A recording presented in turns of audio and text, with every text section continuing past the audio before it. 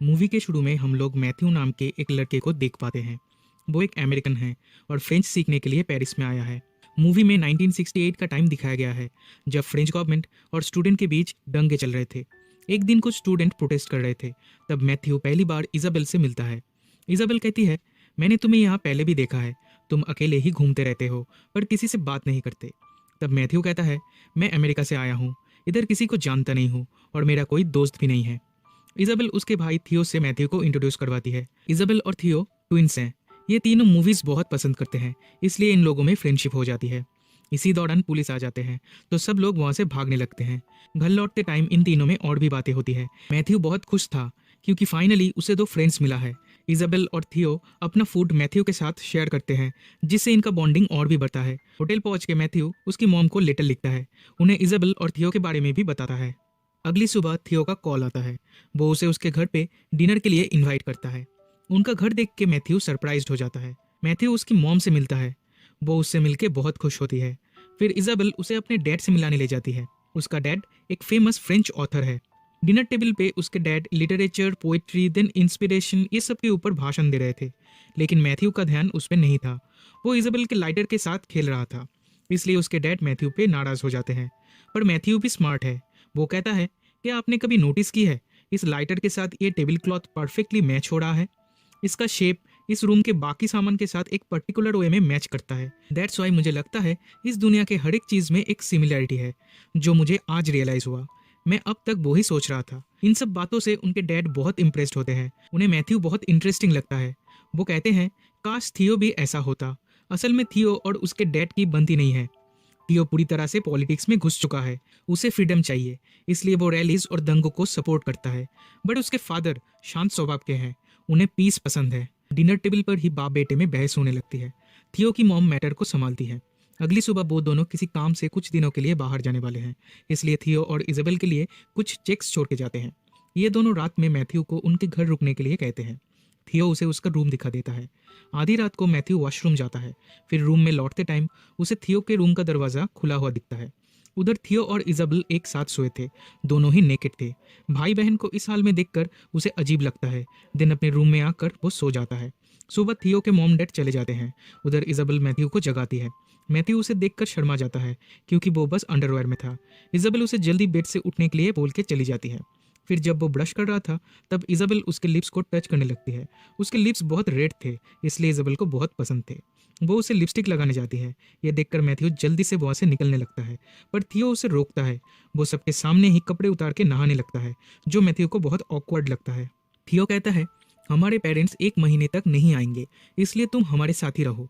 Matthew said, तुम मुझे सिर्फ 2 दिन पहले मिले हो, मुझे ठीक से जानते भी नहीं हो।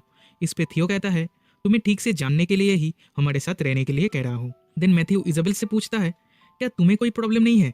इजाबेल कहती है, ये आइडिया मेरा ही था। मैथ्यू अब से उनके साथ ही रहने लगता है।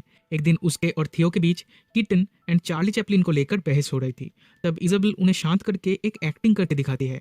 ये गेम थियो एंड इजाबेल अक्सर खेला करते हैं, जिसमें वो किसी पुरानी मूवी की सीन एक्ट करके दिखाते हैं और सामने वाले को उस मूवी का नाम बताना पड़ता है। अगर सामने वाला जवाब नहीं दे पाता तो उसे एक डेयर करना पड़ता है। इजाबेल ने जिस मूवी का सीन एक्ट की थी वो मूवी बहुत ही पुराना था, पर फिर भी मैथ्यू मूवी का नाम बता देता है। इससे वो दोनों बहुत ही इंप्रेस होते हैं और कहते हैं, इतने दिनों से हम दोनों तुम जैसे ही किसी फ्रेंड को ढूंढ रहे थे, जिसके साथ हमें एक डेयर करना है। असल में एक पुराने मूवी का सीन ये दोनों रियल लाइफ में एग्जीक्यूट करना चाहते हैं। ये फैंटेसी है उनकी। उस सीन में 3 दोस्त एक आर्ट गैलरी में रेस कर रहे थे। ये सेम चीज़ ये तीनों करेंगे और उनके रिकॉर्ड को भी तोड़ेंगे। मैथ्यू मना करता है, क्योंकि अगर वो पकड़ा जाएगा तो उसे डिपोर्ट कर दिया जाएगा, पर बाद में मान जाता है। तीनों रेस लगाते हैं और पुराने रिकॉर्ड को भी तोड़ देते हैं। घर लौटते टाइम बारिश हो रही थी। तीनों ही भीग गए थे।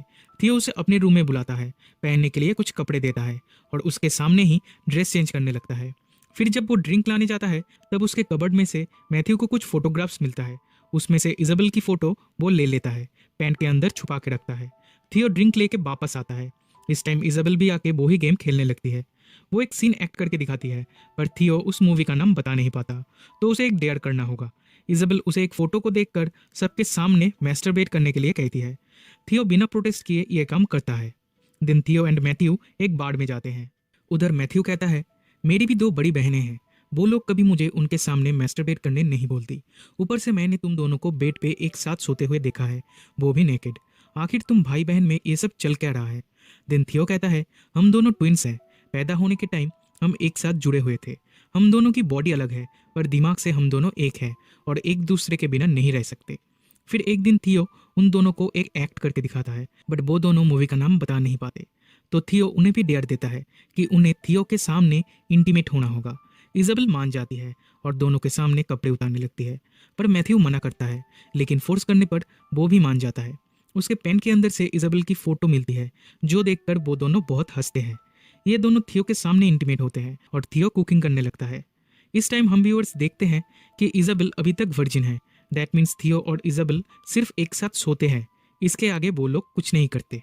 मैथ्यू इजाबेल से पूछता है, अगर तुम्हारे और थियो के बारे में तुम्हारे पेरेंट्स को कभी पता चले तो तुम क्या करोगी? तब इजाबेल कहती है, ऐसा कभी नहीं होगा, और अगर बाई चांस ऐसा हुआ तो मैं सुसाइड कर लूंगी। दैट मीन्स इजाबेल नहीं चाहती समाज को उसके और थियो के बारे में पता चले। भाई बहन को इस हाल में देखना सोसाइटी कभी एक्सेप्ट नहीं करेगी, और दोनों ही अपने पेरेंट्स से बहुत प्यार करते हैं, इसलिए नहीं चाहते सोसाइटी उनका मजाक उड़ाए। कुछ खाने के लिए मैथ्यू किचन में जाता है। इसी दौरान थियो आके इजाबेल के पास लेट जाता है। तब मैथ्यू थियो को थैंक्स कहता है, क्योंकि अब वो भी खुद को इजाबेल और थियो का हिस्सा मानने लगा है। बट थियो ये क्लियर कर देता है कि वो और इजाबेल एक है, उनके बीच कोई नहीं आ सकता। मैथ्यू सिर्फ एक अच्छा दोस्त है और हमेशा दोस्त ही रहेगा, इससे ज़्यादा कुछ नहीं। इसके कुछ दिनों बाद उनके सारे पैसे खत्म हो जाते हैं जो उनके डैड उन्हें दे के गए थे।